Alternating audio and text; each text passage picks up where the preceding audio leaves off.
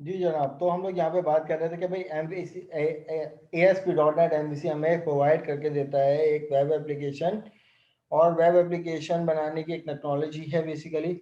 अब इस सिनेरियो को समझते हैं कि MVC में चल क्या रहा होता है, लेकिन उससे पहले उसकी एक एग्जाम्पल लें, ये वाली। अब इस एग्जाम्पल से अगर हम लोग ये समझें, ये वाली एग्जाम्पल लें पहले, तो एक एग्जाम्पल से क्या समझ में आ रहा है कि भाई ये एक कस्टमर है, सही है। हम लोग करने जा रहे हैं understanding the scenario of MVC। ये कस्टमर है जो कि एक रेस्टोरेंट में आया है, मैं भी हो सकता हूँ, आप भी हो सकते हैं। अब जब हमें कोई अपने मर्जी की चीज़ खानी हो तो हमें क्या करना पड़ता है कि जहाँ पर वेटर सर्विसेज है तो हम किसको रिक्वेस्ट देते हैं कि भाई हमें ये खाना है, फॉर एग्जांपल पिज़्ज़ा खाना है, तो हम सबसे पहले किसको रिक्वेस्ट देते हैं कि भाई वेटर आता है हमारे पास, जी सर क्या चाहिए, वो हमसे मांगता है रिक्वेस्ट, हम उसको रिक्वेस्ट करते हैं, तो वो आपका ऑर्डर क्या करता है, नोट डाउन करता है, ठीक है, और लेकर जाता है किसके पास, अंदर, जहां पर वो प्रोडक्ट बन रही होती है, लाइक पिज़्ज़ा। अब आपने पिज़्ज़ा को ऑर्डर दिया, वेटर को दिया, वेटर ने लेके गया कहाँ पे, कुक के पास, कि गालिबन ये रिक्वेस्ट आई है। आप अब कुक के पास तमाम जो भी खाने पीने की चीज़ें होती हैं कुक के पास मौजूद होती हैं। अब कुक जो है वो क्या काम करता है कि भाई डिपेंड अपॉन द ऑर्डर, कि भाई उसको ऑर्डर क्या चाहिए। वह कुक के पास जो है वो प्याज भी मौजूद है, आलू भी मौजूद है, और जो भी इंग्रेडिएंट्स तमाम मौजूद हैं, लेकिन एज पर रिक्वायरमेंट वो क्या करता है, उन तमाम इंग्रेडिएंट्स को आपस में मर्ज करता है और एक प्रोडक्ट बनाता है लाइक पिज़्ज़ा, और वो डिलीवर करता है किसको, ये प्रोडक्ट बन गई। और ये प्रोडक्ट कौन लेके आता है वापस हमारे पास, यही वेटर लेके आता है, सर आपका प्रोडक्ट। तो अब आप यहाँ पर सिनेरियो देखो, यूजर के पास से रिक्वेस्ट गई किसको, वेटर को, कि भाई मुझे ये चाहिए। वेटर किसके पास रिक्वेस्ट लेके गया, कुक के पास, और कुक ने क्या दिया, कुक ने आपको आपका प्रोडक्ट बना के दिया, तो ये आपका प्रोडक्ट है। और ये प्रोडक्ट कौन लेके आपके पास लेके आया, ये वेटर आपके पास लेके आया, ठीक है। अब इसी सिनेरियो को अगर हम इस तरीके से लें तो समझने की कोशिश कीजिए कि यूजर कौन हुआ, हम।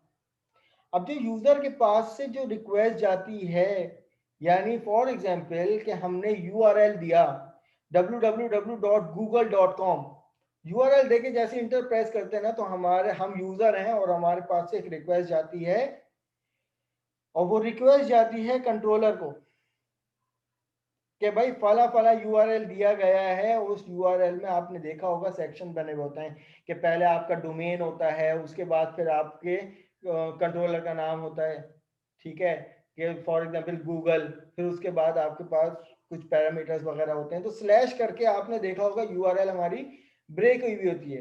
अब वो यूआरएल के डोमेन डिफरेंट डिफरेंट होते हैं, पैटर्न डिफरेंट डिफरेंट होते हैं, लेकिन मॉडल व्यू कंट्रोलर के अंदर जो यूजर से रिक्वेस्ट जाती है, जो यूजर से रिक्वेस्ट जाती है वो किसके पास जाती है, वो कंट्रोलर के पास जाती है। और यूजर से जो रिक्वेस्ट जाती है वो in the form of URL जाती है, और कंट्रोलर को जो रिक्वेस्ट जाती है उसका बाकायदा एक पैटर्न होता है कि आपका डोमेन नेम, उसके बाद कंट्रोलर का नाम, और कंट्रोलर के अंदर कुछ मेथड्स वगैरह होते हैं, वो अभी हम लोग आगे चल के देखेंगे कौन से मेथड होते हैं। लेकिन बहरहाल यूजर के पास से रिक्वेस्ट जाती है कंट्रोलर को, और कंट्रोलर ये डिसाइड करता है कि आइदर इस यूजर को डेटाबेस से कोई वैल्यू चाहिए, या क्या वो डेटाबेस में कोई वैल्यू ऐड करना चाह रहा है, या डेटाबेस से कुछ रिट्रीव करना चाह रहा है। मॉडल में हमेशा याद रखिएगा आपका डाटा होता है, जो भी डेटाबेस की टर्म्स होती हैं तमाम, आपका डाटा को इंसर्ट करवाना, अपडेट करवाना, डिलीट करवाना, सेलेक्ट करवाना, रिट्रीव करवाना, ये सब काम मॉडल में होता है। अब कंट्रोलर क्या करता है कि भाई अगर डाटा को फैच करना है तो वो मॉडल से डाटा उठाएगा और व्यू को दे देगा। अब ये व्यू को क्या है, हमने यहाँ पे देखा था अपनी एग्जाम्पल में कि भाई ये क्या था, व्यू क्या था, पिज्जा। तो व्यू आपका याद रखिएगा HTML होता है, आपकी वेब क्लाइंट साइड चीज होती है जो आपको जो है वो यूजर इंटरफेस की फॉर्म में दिखती है। डबल ICT पढ़ा था ना आप लोगों ने, तो HTML से क्या कर रहे थे, स्ट्रक्चर बनाते थे, उसमें CSS लगाते थे, उसमें फ्रंट एंड पे लॉजिक अप्लाई करने के लिए जावास्क्रिप्ट लगाते थे। तो व्यू में क्या हो जाएगा, व्यू आपका HTML होगा। जो भी वेब ब्राउजर जो आपको रिटर्न में आपके रिक्वेस्ट में आने के बाद, फॉर एग्जाम्पल मैंने facebook.com लिखा और रिक्वेस्ट कर दी, तो मेरे पास क्या आएगा, फेसबुक का पेज आएगा। वो फेसबुक का पेज आने का क्या मतलब कि भाई कंट्रोलर को रिक्वेस्ट गई, सही है। अगर मुझे उसमें कोई सी डाटा की जरूरत पड़ी तो ठीक, वरना कंट्रोल डायरेक्ट क्या करता है, व्यू रिटर्न करता है। अगर मुझे मैंने रिक्वेस्ट करी कि भाई मुझे डेटाबेस में ये वैल्यू स्टोर करनी है, इसकी दूसरी एग्जांपल मैं आपको बताऊं। फेसबुक का जब पेज खुल गया तो आपने फेसबुक पे यूजर नेम और पासवर्ड देके जब इंटर किया तो उसके बाद भी एक रिक्वेस्ट गई, तो वो रिक्वेस्ट आपके आपकी वैलिड वैल्यू को लेकर मॉडल में गई और मॉडल में आपकी वैल्यू टेस्ट हुई, और उसके बाद आपको अगर वो वैल्यू सही हुई तो ठीक है, वरना आपको एरर मैसेज शो कर देता है, वो भी व्यू में, वो भी HTML पे ही आता है ना, मतलब आपका फेसबुक के पेज पे आता है एरर मैसेज। और अगर आपका वैलिड डाटा है, आपका यूजर नेम और पासवर्ड वैलिड गया है, तो आपको फेसबुक का पे आपको लॉग इन करके आपको होम पेज पे ले जाता है, और उसमें आपकी प्रोफाइल वगैरह भी ऑप्शन आ रही होती है। तो ये सिनेरियो समझ में आ रहा है सबको, कि भाई यूजर से रिक्वेस्ट कहाँ जाती है, कंट्रोलर में। अगर हम लोग MVC के पैटर्न पे करें तो कंट्रोलर डायरेक्ट व्यू, यूजर से डायरेक्ट हम लोग व्यू भी कर सकते हैं, बट क्योंकि हम लोग MVC को इम्प्लीमेंट कर रहे हैं, तो यूजर से रिक्वेस्ट हमेशा, जो भी यूजर से रिक्वेस्ट जाएगी वो कंट्रोलर में जाएगी। और कंट्रोलर के अंदर कुछ इवेंट्स मेथड्स वगैरह चल रहे होते हैं जिनके बिहाफ पर काम हो रहा होता है, कि भाई अगर उन मेथड में आपको कोई डाटा की जरूरत है तो वो मॉडल पे जाता है, अदरवाइज वो डायरेक्ट आपको रिटर्न करके देता है आपको HTML। यहाँ तक कि क्लास मुझे एक्नॉलेज करें कि किसी को कोई कंफ्यूजन है इस सिनेरियो में।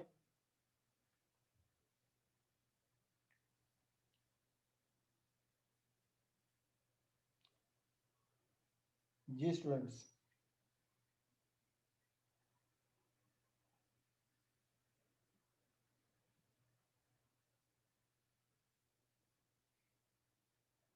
क्लियर। ओके, अब इसी तरीके से एक और डायग्राम आप लोग देख लें, ये वाली। यूं समझ लें कि ये फ्लो डायग्राम है हमारे पास, कि ये यूजर है हमारे पास, यूजर से जाने वाली रिक्वेस्ट कौन सी है, ये है, ये रिक्वेस्ट जा रही है, कंट्रोलर में जा रही है। कंट्रोलर, अगर कंट्रोलर ने कोई डाटा गेट करना होगा तो वो मॉडल पे जाएगा और डाटा गेट करेगा, और गेट करने के बाद कोई भी अपडेशन वगैरह करनी होगी तो वो अपडेट करके HTML को दिखाएगा। बट अगर कोई डाटा की बात नहीं हो रही, डायरेक्ट रिक्वेस्ट गई है, और रिक्वेस्ट में फॉर एग्जांपल पहली रिक्वेस्ट जो होती है वो हमारी क्या होती है, जिसमें नो डाटा होता है, कोई डाटा नहीं होता। फॉर एग्जांपल google.com हम लिखते हैं, तो हमारे पास ये पहली रिक्वेस्ट होती है जिसमें हमारे पास उस यूजर से, यानी जो रिक्वेस्ट कंट्रोलर पे गई है वो डायरेक्ट हमें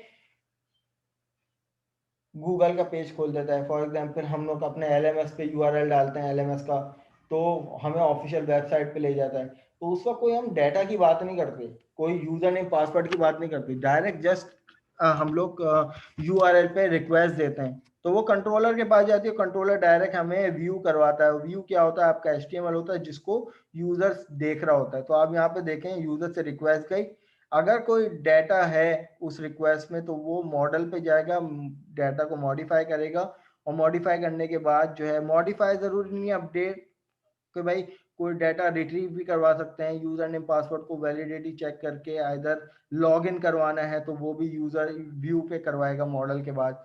फिर व्यू क्या है, आपका वो वेब पेज जो रिक्वेस्ट के बाद जनरेट होता है उसको यूजर देखता है। ठीक है भाई, अब यहाँ पे आते हैं हम लोग कि भाई रिक्वायरमेंट क्या है उसको MVC5 को इम्प्लीमेंट करने की। क्या आपको भाई C# लैंग्वेज आती हो, क्योंकि हम लोग विजुअल स्टूडियो में इम्प्लीमेंट करेंगे, वो माइक्रोसॉफ्ट की प्रोडक्ट है। HTML आपको बेसिक लेवल पे आती हो कि भाई जो IICD में आपने इम्प्लीमेंट किया है। MVC5 को इम्प्लीमेंट करने के लिए कम से कम 4.5 वर्जन फ्रेमवर्क होना चाहिए .NET का। 4 वर्जन पे भी काम नहीं करेगा MVC5। MVC5 हम लोग क्योंकि काम करेंगे तो उसके लिए आपको ये वाला वर्जन, कम से कम ये वाला वर्जन, और उसके बाद अपडेटेड जितना भी अपडेट हो वो अच्छी बात है, बट कम से कम आपके पास 4.5 वर्जन होना चाहिए। वो विजुअल स्टूडियो मैं तो 2013 यूज़ करूँगा, आपकी अपनी मर्जी, कोई भी यूज़ कर सकते हैं। तो अपने विजुअल स्टूडियो में चले आते हैं।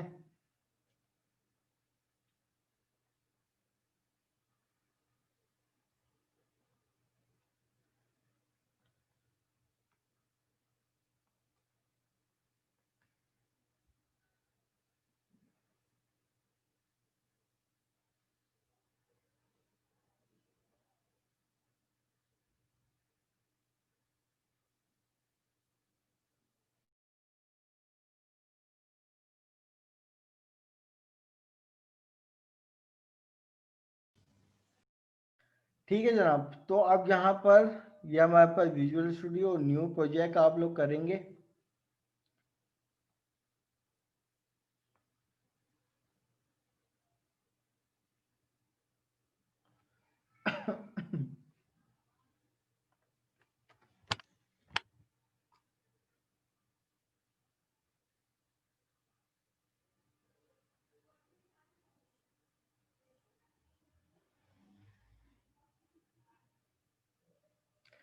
तो सी शार्प के टेम्पलेट पे सबसे पहले आप लोग आएंगे। सी शार्प के टेम्पलेट में आपको वेब के टेम्पलेट पे आना है। ये वेब का टेम्पलेट है। अब आपके पास अगर कोई 4.5 से कोई बड़ा वर्जन है, जैसे 4.5, 4.1 या 4.6 कोई वर्जन है, या आप लोग अगर 2013 के अलावा कोई 2015 या 2019 यूज कर रहे हैं, तो आपको यहाँ पे और भी टेम्पलेट नजर आएंगे। बट इस टाइम मेरे पास क्योंकि 2013 का वर्जन है, तो मेरे पास एक टेम्पलेट आ रहा है। सबसे पहले मेक श्योर कर लें एमवीसी को इम्प्लीमेंट करने के लिए फ्रेमवर्क कौन सा होना चाहिए, 4.5 कम से कम या उससे बड़ा वर्जन। तो ASP.NET वेब एप्लीकेशन, ये आपके पास वेब एप्लीकेशन आ गई। इसको हम लोग यहाँ पर अभी वेब एप्लीकेशन का ही नाम दे देते हैं, 2 का ही नाम दे देते हैं फॉर एग्जाम्पल। तो अब आपके पास एक और विंडो यहाँ पे खुलेगी, या आपका प्रोजेक्ट क्रिएट होने जाएगा। अब देखें, आपको मल्टीपल टेम्पलेट दे दिए कि भाई आप वेब एप्लीकेशन क्रिएट करने जा रहे हो, तो आप क्या वेब फॉर्म्स क्रिएट करने जा रहे हो, MVC क्रिएट करने जा रहे हो, वेब API क्रिएट करने जा रहे हो, या और इन तीनों के साथ साथ अगर आपको यूनिट टेस्ट भी क्रिएट करने जा रहे हो, तो आपके टेस्ट जो है वो की क्लासेस भी बनाता रहेगा। अभी हमें किसी की जरूरत नहीं है। हमने यहाँ पे क्या किया, MVC को चेक लगाया और एक एम्प्टी MVC के बजाय हम यहाँ पर एक डिफॉल्ट MVC की एप्लीकेशन को क्रिएट करेंगे। और ये हमारे पास टेम्पलेट हमें बकायदा एक डमी वेब पेज भी क्रिएट करके देगा, और उसमें ये भी बताएगा कि उसमें क्या बूट स्ट्रैप यूज हो रही है, तमाम चीजें। एक यूं समझ ले कि MVC की एक डमी वेब पेज जो है वो हमें क्रिएट करके देगा। यहाँ पर टेम्पलेट सेलेक्ट करने से पहले आपको यहाँ पर चेक लगाना जरूरी है। अगर फॉर एग्जांपल एम्प्टी टेम्पलेट लगा यूज कर रहे हैं या कोई भी टेम्पलेट यूज कर रहे हैं, अगर MVC कर लिया तो ये खुद ही चेक हो जाएगा। बट अगर कोई एम्प्टी टेम्पलेट अगर सेलेक्ट कर रहे हैं, तो यहाँ पे चेक लगाना आप लोगों को बहुत जरूरी है। तो अभी फिलहाल हम लोग MVC का डिफॉल्ट टेम्पलेट, अब यहाँ पर देखें कि लिखा हुआ है, a project template creating the ASP.NET MVC can allow to build application using the model view controller architecture को यूज करेगा और include many feature enable fast as driven. तो ये हमारे पास पहले से मौजूद है। अब अथेंटिकेशन में आप लोगों ने यहाँ पर अथेंटिकेशन को नो अथेंटिकेशन करना है, क्योंकि अभी हमें कोई अथेंटिकेशन की जरूरत नहीं है। बिगनिंग लेवल पे हम लोग इस्तेमाल करने जा रहे हैं। तो आपने चेंज अथेंटिकेशन को नो अथेंटिकेशन लाजमी करना है, और अपनी एक डिफॉल्ट एप्लीकेशन को यहाँ पे हम क्रिएट करने जा रहे हैं।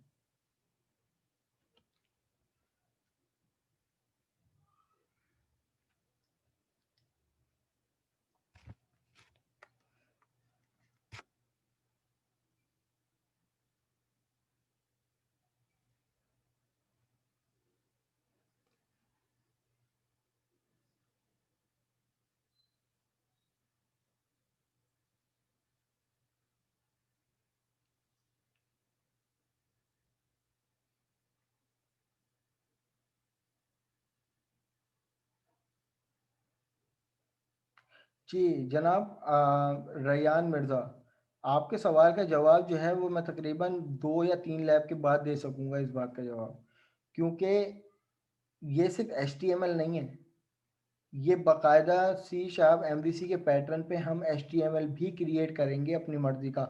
इसमें बाकायदा टेम्पलेट भी, बने बनाए टेम्पलेट भी हम लोग अपनी इम्प्लीमेंट करते हैं और वो भी करेंगे। और यूज़र डिफाइंड जैसे हम लोग ICT में HTML लिख रहे थे, वो यहाँ पे भी HTML लिखेंगे उसी तरीके से, और उसको C# की लैंग्वेज में बाइंड करके किस तरीके से कंट्रोलर से मॉडल और व्यू को ये पूरा एक साथ मिलकर इसमें डेटाबेस किस तरीके से कनेक्ट होगा, एंटिटी फ्रेमवर्क किस तरीके से लगेंगे, सिर्फ कंट्रोलर की डिफरेंट टाइप्स भी आएंगी। तो ये स्टेप बाय स्टेप, ये बाकायदा यूं समझ लें कि ब्लॉक्स हैं, ब्लॉक वाइज हमें समझना पड़ेगा इन चीज़ों को। ये MVC हम लोग एक साथ नहीं समझ सकते, ये पूरी दुनिया है। अगर हम ASP.NET को ही समझने बैठेंगे तो वो एक अलग दुनिया है।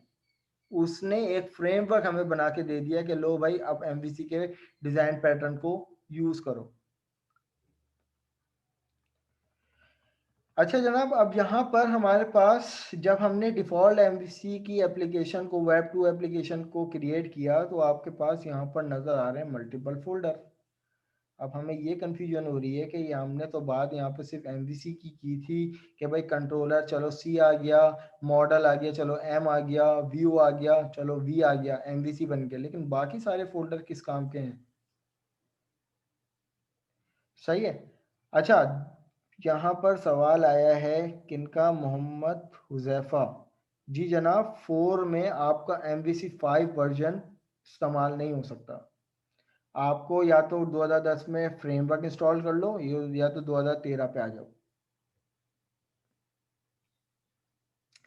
अब क्लास यहाँ पर हमारी स्लाइड में एक बात लिखी हुई है, ये एक स्ट्रक्चर है, ये बिल्कुल वैसी स्ट्रक्चर है जो भी अभी हम लोगों ने क्रिएट किया।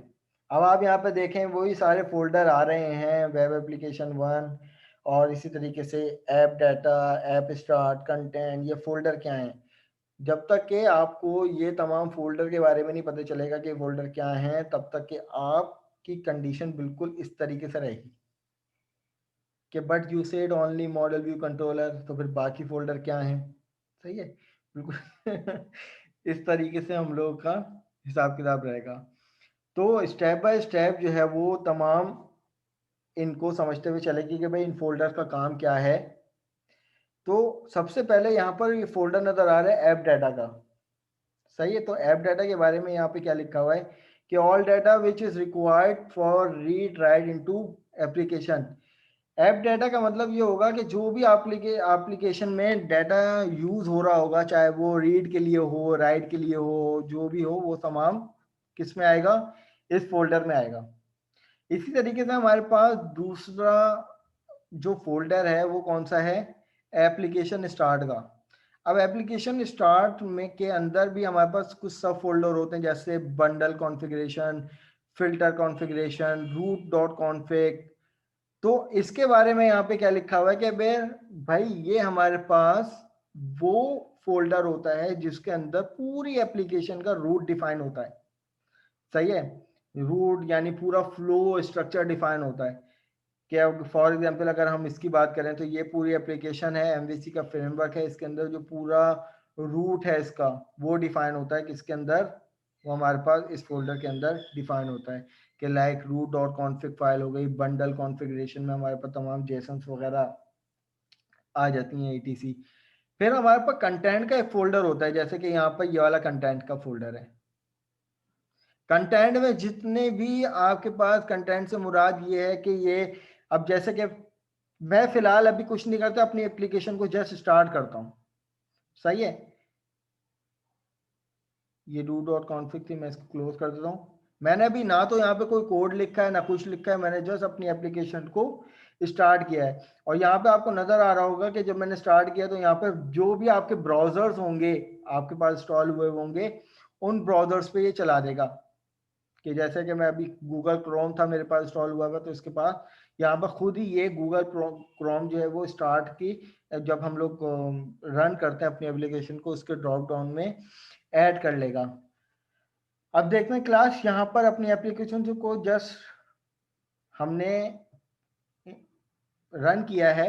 और ये एप्लीकेशन क्योंकि हमने बनी बनाई एक डिफॉल्ट डमी एप्लीकेशन हमने क्रिएट की थी एमवीसी की, और ये देखने के लिए कि भाई एक एमवीसी के अंदर एक बेसिक एप्लीकेशन के अंदर होता क्या क्या है। तो अब क्लास यहाँ पर देखिएगा हमारे पास ये हमने जो वेब एप्लीकेशन क्रिएट की थी, ये डमी एप्लीकेशन सॉल्यूशन एक्सप्लोरर में। अब कंटेंट में क्या है, कंटेंट में आपके सामने ये जो वेब पेज नजर आ रहा है ना, यूं समझ लें कि ये व्यू है, और समझ के लें ये है व्यू। व्यू क्या मतलब, कुछ नहीं, ये आपका HTML होता है व्यू। अब आप अगर यहाँ पर ये देखें कि हमारे पास मेन्यू बार है, होम, होम में चलेगा तो ये हमारा होम पेज है, अबाउट में चलेगा तो ये हमारे पास अबाउट के पेज में चले गया, कॉन्टैक्ट में चले गए तो हमारे पास ये कॉन्टैक्ट में चले गया। तो क्लास यहाँ पर ये सब क्या है हमारे पास। अब आप यहाँ पर ये देखो कि अगर फॉर एग्जांपल मैं अपनी एप्लीकेशन को यहाँ पर रिस्पॉन्सिवनेस चेक कर सकता हूँ कि भाई मेरे पास जो यहाँ पर जब मैं इसको डबल क्लिक कर रहा था तो मेरे पास एक मेन्यू बार आ रही थी ये वाली, लेकिन यहाँ पर अभी कोई और मेन्यू का आइकन नहीं आ रहा। लेकिन फॉर एग्जांपल मैं अगर मोबाइल व्यू पे अपनी इस एप्लीकेशन को देख रहा हूँ तो मैं जितना इसका छोटा साइज कर लूंगा तो ये उसी हिसाब से रिस्पॉन्सिव हो रही है। और अगर मुझे मेन्यू देखना है तो अब मेरे पास इस फॉर्मेट पे आ रहा है, तो इसका मतलब ये मेरा मेन्यू जो है वो डिस्टर्ब नहीं हुआ। ये पूरी एप्लीकेशन एक डमी एप्लीकेशन पूरी बाकायदा रिस्पॉन्सिव हुई भी है। और कंटेंट के अंदर जो आपके पास ये जो फाइल आ रही है ये तमाम बूट स्ट्रैप की फाइल है जो मेरे इस पेज को सपोर्ट कर रही हैं। ठीक है, ये मेरे पास इस पूरे पेज को क्या कर रही हैं, पूरी एप्लीकेशन को सपोर्ट कर रही हैं। कंटेंट के अंदर ये तमाम बूट स्ट्रैप की फाइल आपको यहाँ पे दिखी हुई। ठीक है, CSS फाइल, बूट स्ट्रैप की फाइल, ये तमाम फाइल जो होंगी आपके पास ये सारी कंटेंट में होंगी। कंटेंट में आपकी इमेजेस भी हो सकती हैं, तमाम आइकन जो यूज हुए हुए हैं, ओवरऑल पूरी एप्लीकेशन में जो यूज हुआ वो सब कंटेंट के फोल्डर में आता है। अब क्लास यहाँ पर देखें कि एक और चीज है हमारे पास, कंटेंट के बाद कंट्रोलर। और यहाँ पर इस एप्लीकेशन में बाय डिफॉल्ट एक कंट्रोलर भी ऐड हुआ है। कंट्रोलर कुछ नहीं होती, एक C# की क्लास होती है। अभी इस पे आते हैं, आप यहाँ पर देखोगे कि हमारे पास एक क्लास है कंट्रोलर, लेकिन आपने यहाँ पर नोटिस करो कि ये क्लास इनहेरिट हुई है कंट्रोलर से। अब ये कंट्रोलर एक प्री डिफाइंड क्लास है, जैसे ऊप में विंडोज फॉर्म हम लोगों ने की थी, अगर आप लोगों को याद हो, तो हर फॉर्म इनहेरिट हुआ होता है एक फॉर्म की क्लास से। तो इसी तरीके से ये कंट्रोलर क्लास है, क्लास का नाम एक्चुअल ये है, लेकिन ये कंट्रोलर जो लिखा हुआ है होम के आगे ये इसका पोस्ट फिक्स है।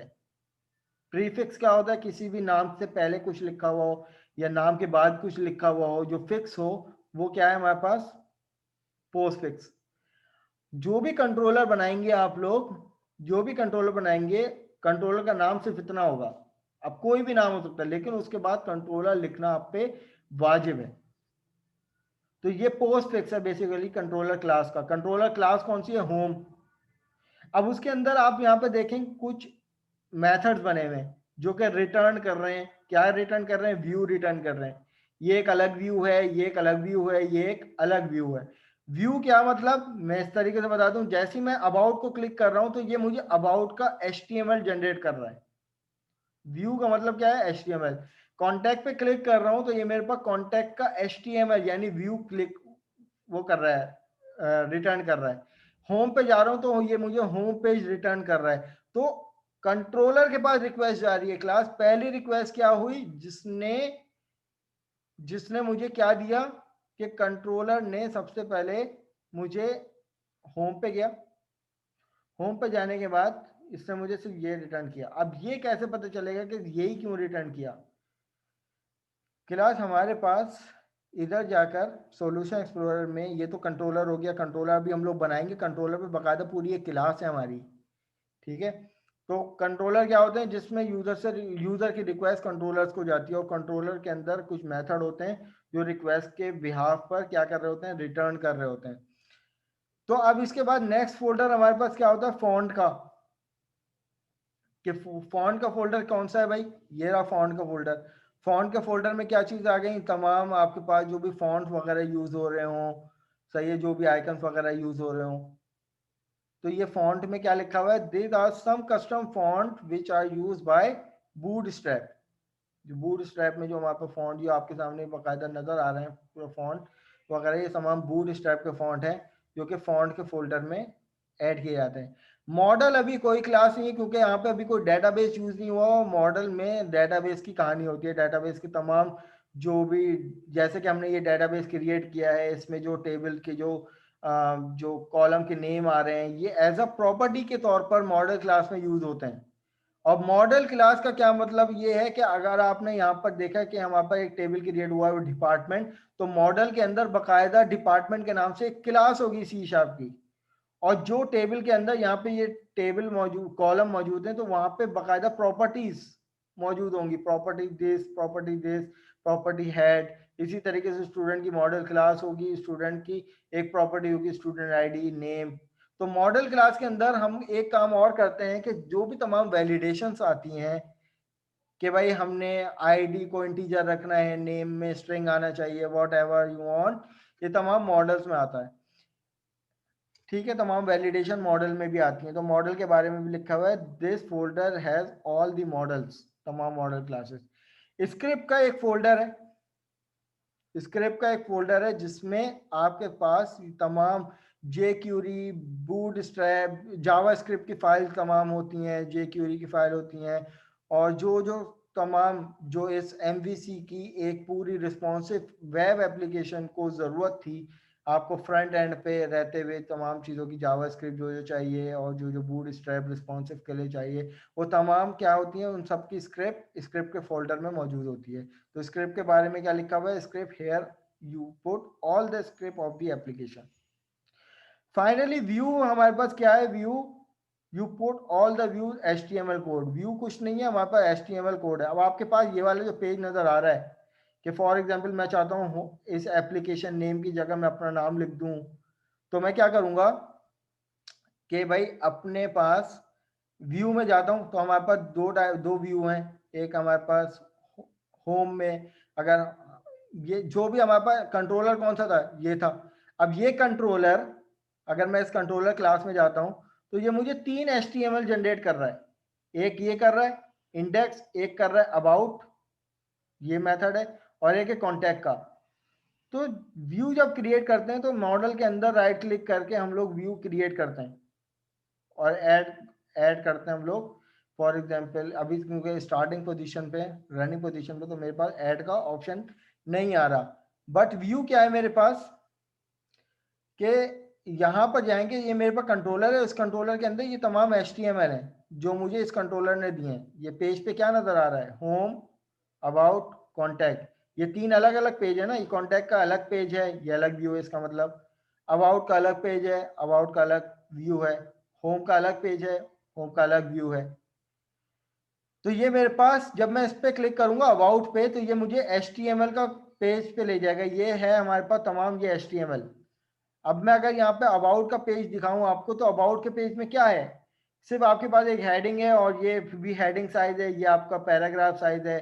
तो अब आप यहाँ पे देखें तो लिखा हुआ है, देखें हेडिंग, हेडिंग का टैग यही होता है ना, H2, H3, और ये पैराग्राफ है। ये तमाम ये देखें HTML है ये हमारे पास। इसी तरीके से अगर व्यू में जाते हैं, कॉन्टैक्ट अस के पेज पे जाते हैं, तो ये कॉन्टैक्ट अस का पेज है। अब इंडेक्स पेज पे जाएंगे तो ये इंडेक्स पेज पे हमारे पास ये इंडेक्स की ये स्क्रिप्ट है मेरे पास। ठीक है जनाब। तो ये व्यू क्या हो गया, व्यू हमारे पास पूरा एक HTML होता है जिसमें ये तमाम देखें डिव वगैरह यूज हुआ है। मैं अब फॉर एग्जांपल मैं चाहता हूँ कि भाई मेरे पास ये जो एप्लीकेशन नेम लिखा हुआ आ रहा है, इसकी जगह मैं कोई अपना नाम लिख दूं, तो मैं क्या करूंगा भाई,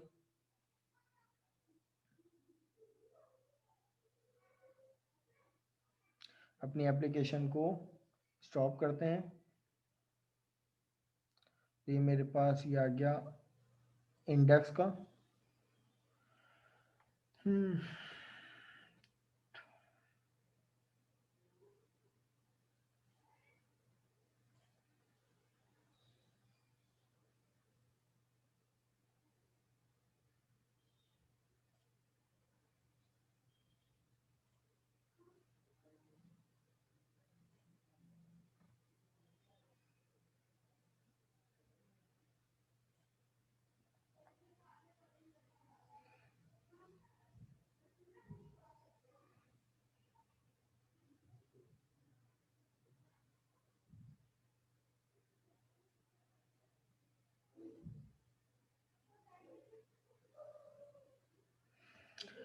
ठीक है, फाइनली हमारे पास इसमें हमने अबाउट अस में फॉर एग्जांपल मुझे चेंज करना है, या कॉन्टैक्ट अस में या इंडेक्स पेज में मुझे करना है। ये मेरे पास ये क्या है, ये एंकर के टैग हैं आपके पास। अब इसमें ये जो भी कंटेंट लिखा हुआ है गेटिंग स्टार्ट, इसी तरीके से ये हमारे पास एक पैराग्राफ लिखा हुआ है, इसमें एच रेफरेंस है हमारे पास। ये तमाम ASP.NET की जगह मैं यहाँ पर कुछ भी हेडिंग लिख दूँ, फॉर एग्जांपल मैं अपना नाम लिख देता हूँ, तो यहाँ पर मेरे पास क्या हो जाएगा, अपडेट हो जाएगा अपनी एप्लीकेशन को। जब मैं स्टार्ट करूँगा दोबारा से, तो अब कहीं ना कहीं इंडेक्स पेज पे मुझे मेरा नाम लिखा हुआ नजर आएगा। अब आप क्लास यहाँ पर देखें इसकी URL को। अब ये यूजर से रिक्वेस्ट गई, पहले ये क्या था, होम के नाम से कंट्रोलर बना हुआ था, और कंट्रोलर के अंदर जो एक एक्शन मेथड था इंडेक्स के नाम से, वो मेथड, और वो उस मेथड ने मुझे ये HTML रिटर्न कर दिया। अब आप यहाँ पे देखें कि यहाँ पे ASP.NET की जगह मेरा नाम लिखा हुआ नजर आ रहा है। मैं एक अदद फिर दोबारा से कंट्रोलर आप लोगों को दिखा दूं कि होम कंट्रोलर में कंट्रोलर का क्या नाम था, होम, और उसके अंदर जो पहला था एक्शन इंडेक्स, उसने मुझे ये रिटर्न करके दे दिया। अब से यही क्यों रिटर्न करके दिया, ये कैसे पता चलेगा कि भाई ये भी तो थे, ये भी रिटर्न कर सकता था, ये भी रिटर्न कर सकता था। तो क्लास हमारे पास एक फाइल होती है यहाँ पर कि ये वाली web config file, sorry global.ax file, ये हमारे पास सबसे पहले रन होती है। यानी जब भी हम अपनी एप्लीकेशन को स्टार्ट करते हैं तो सबसे पहले ये वाली फाइल स्टार्ट होती है। और इस फाइल में क्लास यहाँ पर देखें कि एक फाइल होती है ये वाली फाइल, और इसमें ये क्या होती है, MVC आपकी एप्लीकेशन, जो भी आपकी HTTP एप्लीकेशन जो भी रिक्वेस्ट जाती है, उसके बाद इसके अंदर एक मेथड होता है एप्लीकेशन स्टार्ट का, जो कि हमें ये तमाम चीज़ें रिक्वायर करता है। और इसमें कहीं आपको रूट कॉन्फ़िग नज़र आ रहा होगा, रूट कॉन्फ़िग, जिसमें आपकी एप्लीकेशन का पूरा रूट डिफाइन है। अब ये रूट डॉट कॉन्फ़िग फाइल कहाँ होती है, एप्लीकेशन स्टार्ट के फोल्डर में ये वाली जो फाइल होती है हमारे पास रूट डॉट कॉन्फ़िग फाइल, ये वाली फाइल होती है जिसमें आपका पूरा रूट डिफाइन होता है। और रूट क्या, अभी मेरा मतलब सिर्फ आपको कंट्रोलर समझाना नहीं है, मेरा मकसद ये है कि URL आपने देखी, URL में क्या था, URL में क्या था आपका, ये डोमेन नेम था, उसके बाद ये आता है कंट्रोलर का नाम, और कंट्रोलर का नाम बाय डिफॉल्ट क्या है, होम, और उसके अंदर कंट्रोलर के अंदर जो एक एक्शन मेथड है उसका नाम क्या है, इंडेक्स। तो यहाँ पर रूट में डिफाइन हुआ है कि भाई आपका कंट्रोलर का नाम आएगा, उसके अंदर जो एक्शन मेथड होगा वो, और या तो अगर उस एक्शन मेथड में कोई पैरामीटर होगा तो ठीक, ये एक URL का पैटर्न इन्होंने डिफाइन किया हुआ है। बट डिफॉल्ट तौर पर कौन सा यू कंट्रोलर है, कंट्रोलर का नाम है होम, ठीक है। और होम के अंदर ये कंट्रोलर का क्या नाम है, यहाँ पर आप देखो, होम। होम के अंदर जो बाय डिफॉल्ट एक्शन मेथड है कौन सा, इंडेक्स, वो यहाँ पे डिफाइन है रूट डॉट कॉन्फ़िग फाइल में। एक्शन मेथड कौन सा है, और इसके अंदर एक्शन मेथड जो ये आईडी लिखा हुआ है ये ऑप्शनल है, कि भाई एक्शन मेथड में भी क्योंकि कोई पैरामीटर रिक्वायर्ड नहीं है। अगर आप यहाँ पर देखो, इसमें अगर कोई अभी कोई पैरामीटर रिक्वायर्ड नहीं है तो इसलिए ये ऑप्शनल है। तो ये हमारे पास कुछ फाइल्स होती हैं, इसी तरीके से ये वाली फाइल favicon.ico, ये हमारे पास एक लोकल टैब की फाइल होती है कि जब भी वेब ब्राउज़र जब हम लोग ओपन करते हैं तो उसमें हमारे पास एक न्यू टैब का एक ऑप्शन आता है, जैसे इस तरीके से वो इसका आइकन होता है। तो ये कुछ फाइल्स होती हैं जो कि हमारी पूरी एप्लीकेशन को चला रही होती हैं, लेकिन जिसमें हमारे पास जो पूरा फ्रेमवर्क चलता है वो इन तीन चीज़ों से मिलकर चलता है। ये कंट्रोलर है जो कि यूज़र की रिक्वेस्ट पे जाता है, और ये मॉडल है जो कि डेटाबेस की कहानी होती है जिसमें वैलिडेशन वगैरह तमाम आ जाती हैं, और ये होता है हमारे पास रिक्वेस्ट, ये होता है हमारे पास HTML। अभी इस टाइम हमारे पास जो कंडीशन थी क्या थी कि बट डायरेक्ट हमें कोई मॉडल का काम नहीं था, कोई डाटा नहीं दे रहे थे, डायरेक्ट हम क्या कर रहे थे, इस पेज की रिक्वेस्ट दे रहे थे, तो ये पेज हमारे पास डायरेक्ट व्यू में आ रहा था। अगर मैं फाइनली अपनी बात को एंड करता हूं अब, कि भाई हम इसकी बात कर लेते हैं, यूजर ने रिक्वेस्ट दी कंट्रोलर को, अभी क्योंकि डाटा की जरूरत नहीं थी तो कंट्रोलर ने डायरेक्ट, नो डाटा था तो डायरेक्ट इसने व्यू करवा दिया, तो ये हमारे पास पेज आ गया। इसी तरीके से इसमें भी अभी कोई डाटा की ज़रूरत नहीं थी, मैं इस पर क्लिक किया तो इसने रीडायरेक्ट कर लिया अबाउट के फोल्डर में। इसी तरीके से मैंने इसको क्लिक किया तो इसने रीडायरेक्ट कर लिया कॉन्टैक्ट अस के फोल्डर में। तो क्लास मुझे उम्मीद है थोड़ा बहुत ही सही, लेकिन कुछ ना कुछ तो ध्यान में पैटर्न बैठा होगा कि एमवीसी का पैटर्न है क्या। सही है, जी सर। तो अपने एंड से भी तुम लोग एमवीसी को स्टडी करके आना, क्योंकि अभी मैंने कंट्रोलर पे आना था लेकिन टाइम अब क्योंकि ख़त्म हो गया है। तो अब कंट्रोलर इंशाल्लाह ताला, कंट्रोलर की पूरी डिटेल की कंट्रोलर इटसेल्फ क्लास है क्या, तो अभी मैं आज की क्लास में तुम लोगों को एमवीसी का टास्क नहीं दे रहा कोई, क्योंकि हमने एमवीसी का सिर्फ इंट्रोडक्शन ही दिया है। अब आप लोगों ने टास्क सुन लो, करना क्या है, मैनुअल वाला टास्क नहीं है, मैनुअल वाला टास्क नहीं है। टास्क जो मैनुअल से हटकर होगा वो मैं आप लोगों को बाकायदा गूगल क्लासरूम पे बता दूंगा। गूगल क्लासरूम के जो पोर्टल होगा या एलएमएस होगा, उसमें पूरा सवालात आप लोगों को डिस्क्रिप्शन में मौजूद होंगे, और व्हाट्सएप की वॉइस मैसेज में आप लोगों को पूरे उस सवाल को डिस्क्राइब कर दूंगा कि आप लोगों ने करना क्या है। ठीक है भाई? सर डेडलाइन वही कल तक या मतलब जब भी आप करेंगे उसके अगले दिन? डेडलाइन ले लो, परसों तक की ले लो अगर लेना चाह रहे हो तो। संडे जी को सर, सर आप वो अगर आप बताएंगे मौका जी दें सर, तो सही है। बता रहे थे। ठीक है भाई? तो काम है आप। और सर एक और बात, जो ये एमवीसी हम लोग यूज करते हैं, ये सिर्फ वेब एप्लीकेशन के लिए यूज होता है, यानी कि जैसे हम लोग कोई नहीं नहीं नहीं नहीं application नहीं बना- नहीं नहीं नहीं, वेब एप्लीकेशन के लिए जरूरी नहीं है। वेब एप्लीकेशन के साथ साथ आप इसको इवन विन फॉर्म में भी एप्लीकेशन पे भी इम्प्लीमेंट कर सकते हो, लाइक सर डेस्कटॉप एप्लीकेशन के लिए use कर डेस्कटॉप के सकते हैं? लिए भी कर सकते हो, वेब एप्लीकेशन के लिए भी कर सकते हो, एंड्रॉयड एप्लीकेशन के लिए भी यूज कर सकते हो। ठीक है, तो ये रिस्ट्रिक्ट नहीं है कि ये एमवीसी, क्योंकि एमवीसी एक डिजाइन पैटर्न है, कीप इन माइंड। एएसपी ने इसको, इस पैटर्न को यूज करके हमें एक फ्रेमवर्क दे दिया इस सूरत में कि लो भाई फोल्डर बना के दे दिए, लो भाई ये फ्रेमवर्क है, इसको यूज करो, जबकि ये इटसेल्फ एक डिजाइन पैटर्न है। Okay sir. अच्छा, दूसरी बात ये है कि टास्क इंशाल्लाह ताला अभी मैं खुद अभी खाना वगैरह खा के आप लोगों के वीडियो वगैरह अपलोड करके टास्क में अभी बनाकर आप लोगों को तकरीबन 1 से 1.5 घंटा लगेगा टास्क बनाने में ना। तो टास्क आप लोगों ठीक को है सर, अपलोड कर ठीक। दूंगा, और डिस्क्रिप्शन में पूरा सवाल भी मौजूद होगा, और उस सवाल को मैं व्हाट्सएप ग्रुप पे एक ऑडियो की शक्ल में आप लोगों को बता दूंगा। तो आप लोग और सर अपने सामने कैसे, मतलब वो वर्ड की फाइल या स्क्रीनशॉट वही जैसे भी हो आप बता वर्ड की दें। फाइल होगी, वो सब मैं बता ठीक दूंगा ठीक है सर, उसमें। ठीक।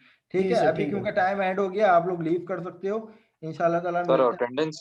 Attendance sir? सब पास हो, तो सब प्रेजेंट हो। Okay sir. अभी क्योंकि मेरे पास अटेंडेंस शीट प्रॉपर आई नहीं है, तो इसलिए मैं किसकी एब्सेंट मार्क करूं मुझे पता ही नहीं है। ओके ठीक है, चलें, ठीक ओके है सर। सर, थैंक चलो you, thank you, Allah Allah हाफिज। थैंक यू हाफिज। सर, अल्लाह उन्होंने हाफिज, लैब वन अल्लाह हाफिज। जमा नहीं कराया उनका, करा सकते हैं आज? उनका कटेगा भाई, सर वो हमने बनाया हुआ है, बस वो क्या? सबमिट करा है। कट जाएगा उनका भाई से। उनके अल्लाह हाफिज। 2 नंबर कटेंगे, 3 सर नंबर थोड़ा का टाइम जमा ज़्यादा करा दे दें दें, अभी, दूसरी लैब हमारा भी बहुत बना हुआ है। मुश्किल है सर।